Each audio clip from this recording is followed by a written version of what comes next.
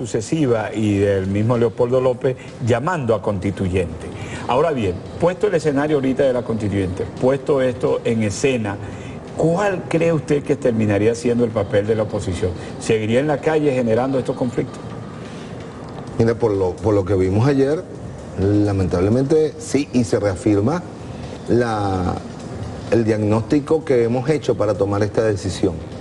No hay voluntad de hacer política del lado de la dirigencia opositora. Y no estamos hablando de muchachos de 18 años, de 20 años sin ningún tipo de responsabilidad en el Estado. Estamos hablando de gobernadores de Estado, estamos hablando de diputados de la Asamblea Nacional, estamos hablando de alcaldes que se niegan al juego democrático y que desde el día de ayer la respuesta frente a una opción democrática constitucional, insistimos, constitucional, 347, 348, 349, la respuesta es: vamos a incendiar Caracas, vamos a incendiar el país.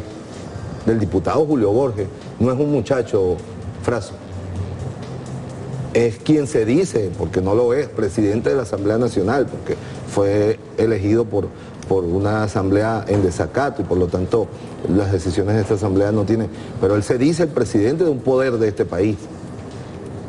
¿Cuándo se ha visto que el presidente del poder de un país llame a trancar, a incendiar, a desconocer a la autoridad, ¿no? Una persona ya que supera los 50 años o cercana a los 50 años, ¿no? De manera que es una verdadera irresponsabilidad. Ni qué decir del gobernador del estado, Miranda, que además manda una policía, y cuando él está enfrentando a la Guardia Nacional, todos los que lo rodean son funcionarios policiales del estado Miranda. Mira la gravedad del asunto, sus escoltas pues.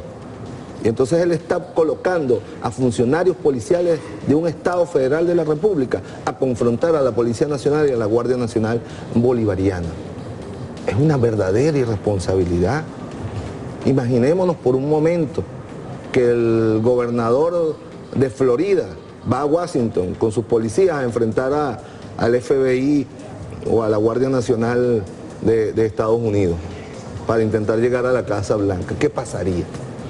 O de una provincia de Buenos Aires, o de un estado de Colombia, de una provincia de Colombia, ¿no? Preguntémonos.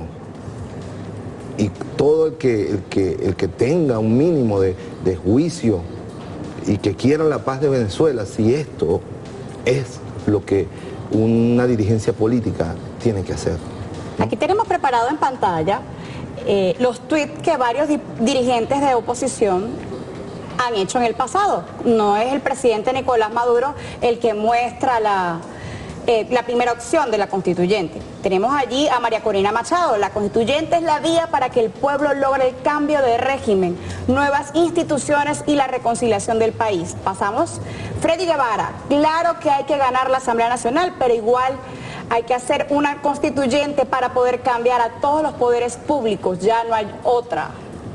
Tenemos también dirigentes, generalmente dirigentes de la oposición: Leopoldo López, Freddy Guevara. Nosotros solamente estamos haciendo algunas capturas, pero el día de ayer mostraron otra reacción distinta. ¿Por qué la MUD se opone entonces a una constituyente? Sí, primero, teníamos estas impresiones en el pasado.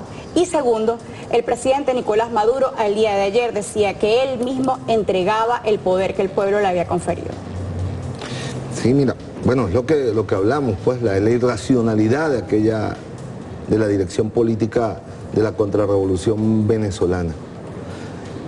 No estamos hablando con gente seria, no estamos hablando con gente que tenga noción del Estado, que tenga la responsabilidad de decir: mis acciones, mi palabra puede llevar a Venezuela a una guerra, a una confrontación entre hermanos. Estamos hablando de unos verdaderos irresponsables, llenos de mucho odio, de mucho rencor, de mucho revanchismo y de mucha frustración como líderes, porque no han podido en 18 años, por la vía del convencimiento, por la vía de convencer a la mayoría de que su proyecto es más justo que el proyecto de la revolución bolivariana, porque no han logrado convencer a la mayoría de acompañarlo en la aventura de la violencia. ¿Cuántos son los que someten a Caracas a un caos? 2.000, 3.000 personas, frente a una ciudad de 7, 8 millones. ¿Dónde están los millones de personas que están acompañándolos para ir a tomar a Miraflores. El pueblo venezolano no quiere eso. El pueblo venezolano... Ahí está la respuesta de la marcha del 1 de mayo. Del 1 de mayo, contundente, masiva, sí, ¿no? Pero además la actitud consciente y serena de la inmensa mayoría del pueblo venezolano de no prestarse ni al estallido social, ni a la guerra, ni a la toma del poder por la vía de asaltar Miraflores y las instituciones del poder público. ¿Cuántas señales más tienen que recibir ustedes? Henry Ramos Alud, por cierto, un señor muy lleno de odio, de frustraciones, ¿no? De todo tipo,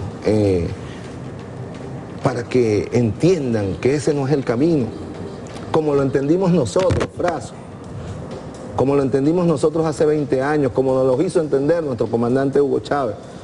No es por la vía de la violencia, no es por la vía del derramamiento de sangre como se puede construir un proyecto de país. Chávez lo internalizó, lo asumió, le costó convencernos y nos convenció.